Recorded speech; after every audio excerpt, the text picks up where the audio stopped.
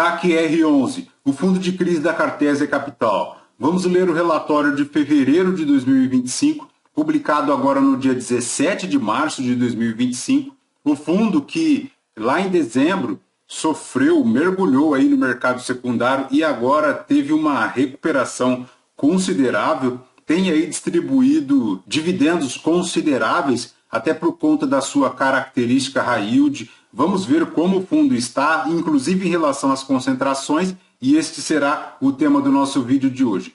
Tá aí, pessoal, o fundo que tem aí um patrimônio líquido de 462 milhões, tem taxa de administração, tem também taxa de performance. A cota patrimonial, pessoal, está lá aos R$ 95,60. Na data que eu gravo aqui com vocês, o CAC-R11 está cotado aí no mercado secundário a R$ 93,78. Ele que chegou lá a atingir aos R$ 97, né? 98 mais ou menos, lá em outubro de 2024. Mas em dezembro deu a mergulhada, chegando lá à casa dos R$ 71,80.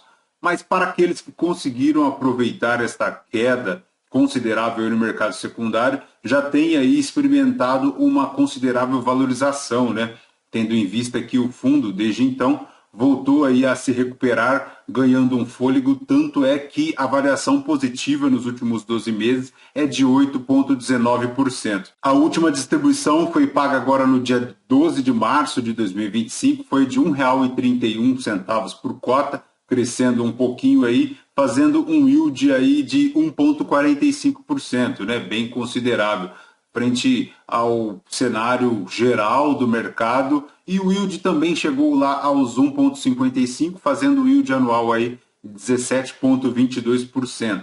Voltando aqui para o relatório, pessoal, nos comentários da gestão, é aquilo que já conhecemos. O IFIX teve uma alta em fevereiro de 3,34%. O CAC-R11 reportou aí um yield mensal de 1,45%, equivalente a 172% do CDI, acumulando aí 20,83% nos últimos 12 meses, se considerado aí o reinvestimento dos dividendos. No cenário externo, pessoal, também é aquilo que já conhecemos, o presidente americano tomando medidas drásticas, né, e consequentemente está aí havendo um temor no mercado com a desaceleração da atividade econômica lá nos Estados Unidos. O Banco Central Europeu reduziu a taxa de juros, pessoal, em 0,25% para agora 2,50%. Geralmente é o que ocorre, tá, pessoal? Taxa de juros nos países desenvolvidos decrescendo, taxa de juros nos países subdesenvolvidos crescendo, né? Então é um movimento mundial. Em relação ao cenário imobiliário nacional, pessoal, considerando que o CAC-R11 aqui tem a maior exposição dele lá aos setores residenciais, houve aí um aumento no preço de vendas dos imóveis residenciais, tá? De 0,68%. O INCC, que é o Índice Nacional lá da Construção Civil, também variou 0,51% em fevereiro, demonstrando aí uma desaceleração, tá? Mas é importante observar aí que o valor patrimonial incorpora o IPCA acruado não caixa, 50 centavos por cota, o que no proforma descontado o IPCA acruado, a relação P sobre VP seria de 95,27% aí em relação a fevereiro. Nas movimentações aqui do fundo, pessoal, ele teve aqui diversas amortizações, o que é bastante positivo, né? Ele está recebendo de volta aí os valores dos CRIs e também teve a venda, pessoal, de alguns papéis, tá? Com um ganho de capital aí na ordem de R$ 286.000,51, tá? A gestão ressalta aqui também que todas as obras financiadas lá pelo CAC-R11, sem exceção, tiveram uma boa evolução, o que também é muito positivo. Na distribuição, foi R$ 1,31 por cota, como vimos, 146,8% do CDI, ou 172% do CDI pro forma. E isso, segundo a gestão, reflete aqui o recebimento mensal dos juros e da correção monetária das operações de crise, pessoal. E, ocasionalmente, a taxa de distribuição em operações estruturadas pela Cartésia. E só prosseguindo aqui em um detalhe, pessoal, para compreendermos um pouco mais da estrutura do CAC-R11, a gestão ressalta aqui que, como regra, a atualização monetária sobre os saldos devedores dos CRIs, ainda que em alguns CRIs acumulada, é recebida, primeiro, na amortização aqui das operações, ou, segundo, em eventos de negociação no mercado secundário dos CRIs investidos.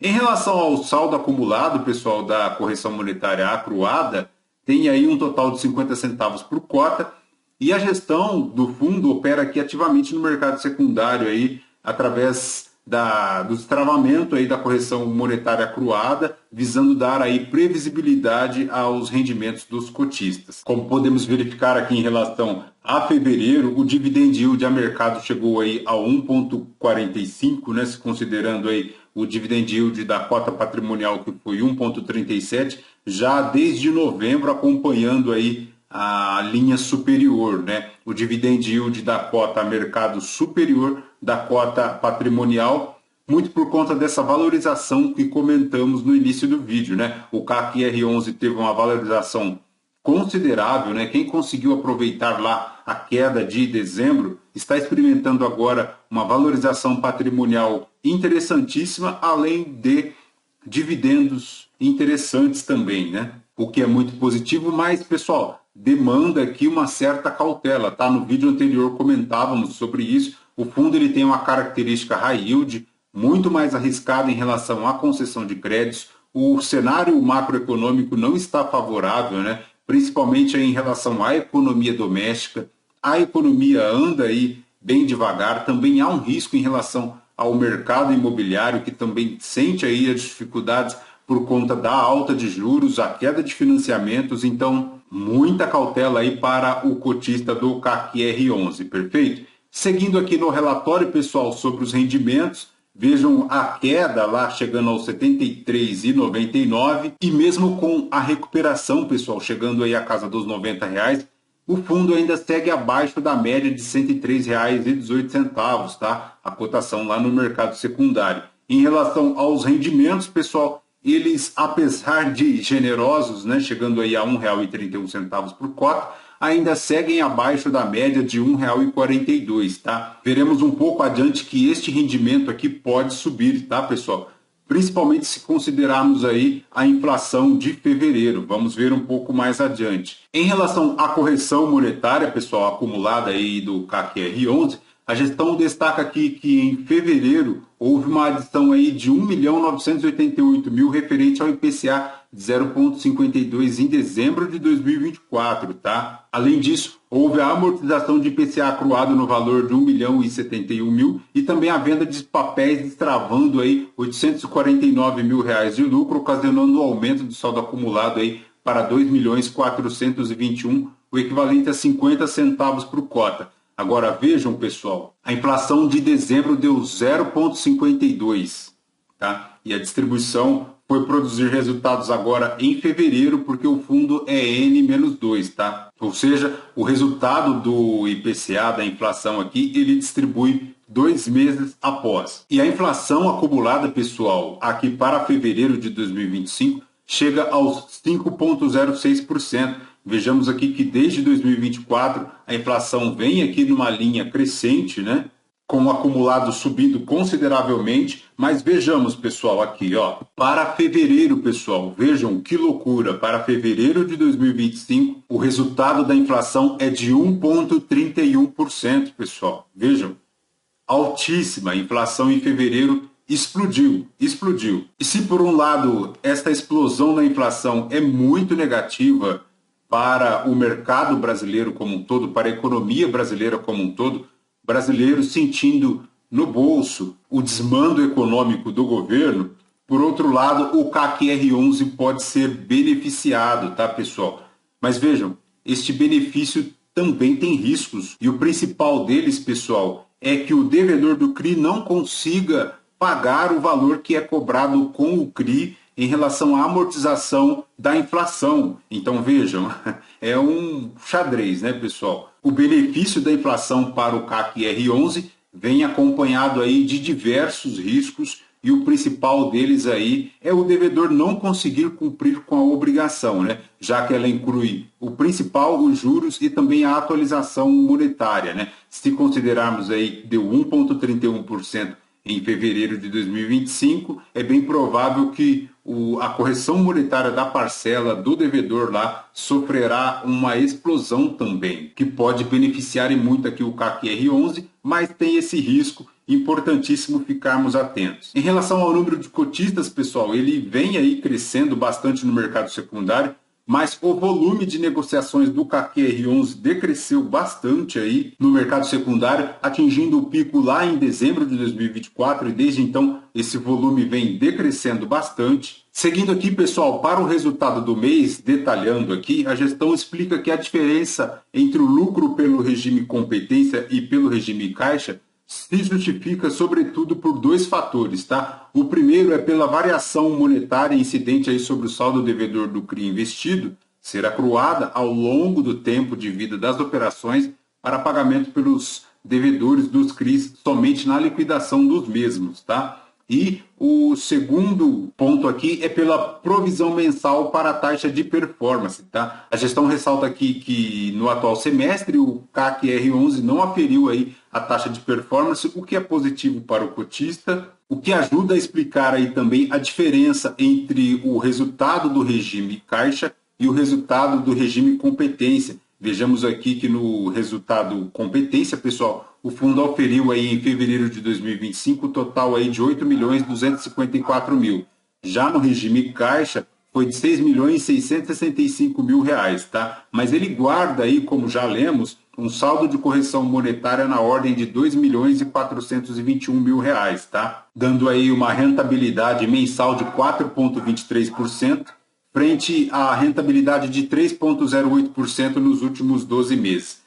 Tá aqui, pessoal, a DRE do fundo em relação ao regime caixa, é aquilo que já detalhamos. Do total das receitas, equivaleu aí a R$ 1,47 por cota, subtraídos aí os 15 centavos em relação às despesas e às retenções de caixa, fazendo aí R$ 1,32 por cota, dos quais ele distribuiu apenas R$ 1,31, aumentando aí um pouco a reserva, tá? O que é muito positivo.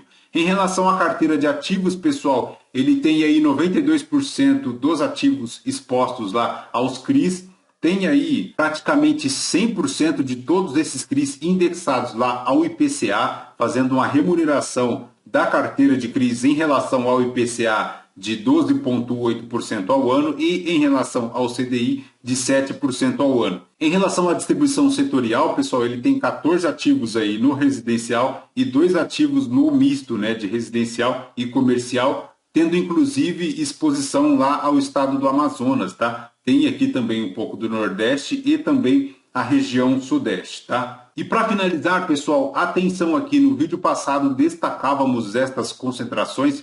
Embora possa parecer aqui que o fundo está diversificado, a maior exposição do PL da carteira está lá para o CRI da Barisec, que corresponde aí a 5,48%, mas não é só isso, tá, pessoal? O fundo guarda aí em sua carteira diversas outras concentrações, como podemos verificar aqui, são diversos CRIs relacionados aí à mesma série, então muito importante o cotista ficar atento aí a estas concentrações.